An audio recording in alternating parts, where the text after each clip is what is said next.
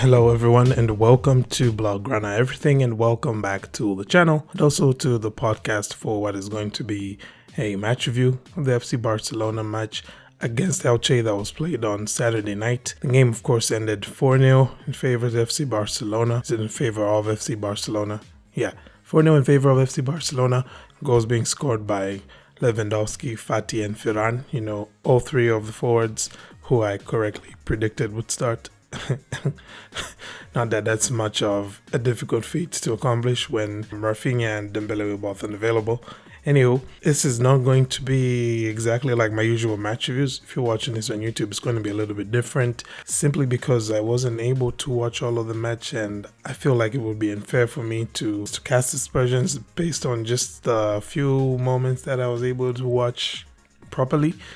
So I'm not going to do things like the team rating and the manager rating, although I would have wanted to do the manager rating after, you know, Xavi's experiment with Garcia. I won't be able to talk too much as well about the team's performance because for the most part, I didn't see almost anything from the first half. I barely watched it. Watched most of the second half. Didn't completely watch all of it as well. Anyway, we're still going to do this, okay? Because there was a match that was played. See, Barcelona got the dub, which means that they are now 15 points ahead of Real Madrid for the time being. Of course, Real Madrid still have their match coming up in La Liga, which you expect they're going to be able to win and close that gap back to 12, you know, a more respectable 12.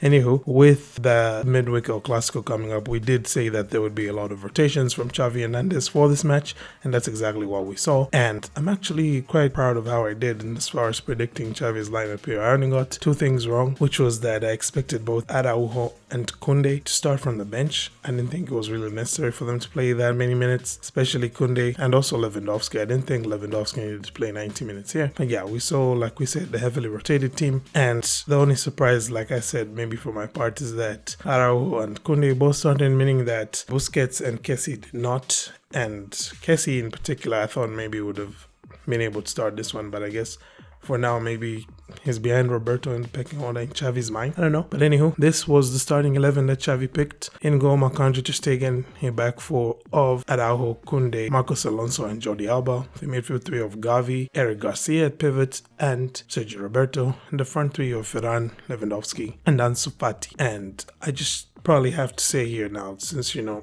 I did mention Ansu Fati, that's going to be my starting point. Up until Ferran Torres scored, I was thinking like, you know, the narrative of this game is probably going to be Ansu Fati getting back in the goals.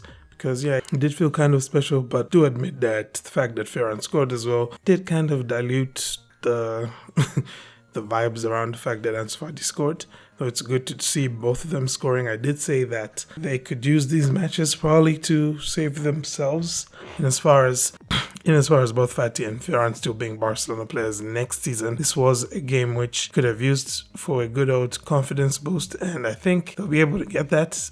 At least at the very minimum, we at least know that Fati and Ferran can start these matches against the weaker teams in La Liga, the weakest teams in the Liga, and they'll be able to give us some outputs. And so it was good to see everybody getting on the score sheet. And I know I said that I wouldn't really talk too much about player performances and the likes. It's worth talking about, I think, here, Eric Garcia and his performance, because I was looking at his stats after the game, and I mean, aside from the fact that he didn't have any key passes, which is shocking because I was thinking that's probably the metric in which he would have killed it the most. I think these stats are pretty good, you know, the pass completion as usual, but he did as well complete a take-on, successful dribble, you see there, and that's pretty good considering this was his first time being played in that position. And what this means now is, of course, that Xavi Hernandez can actually rest Busquets when he wants to now against these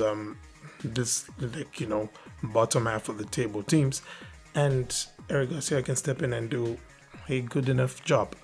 Anywho, like I said, I'm not going to be able to talk too much here because I didn't see much, but even from what I saw, I think there's still enough to be able to do certain things like pick a man of the match.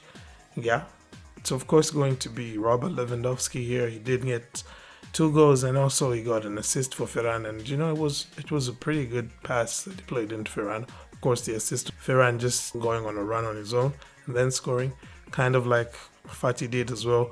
In fact, it was almost the same goal that Fati and Ferran scored here, except that Fati did it on his right foot and Ferran did it on his left foot. I don't know why I'm talking about Fati and Ferran again when I'm talking man of the match, which like I said, Robert Lewandowski, adding to his 16 league goals. Now he's on 82 more and he cracks the 20 barrier, which would be like, I don't know, the 1 millionth time in his in his career or something.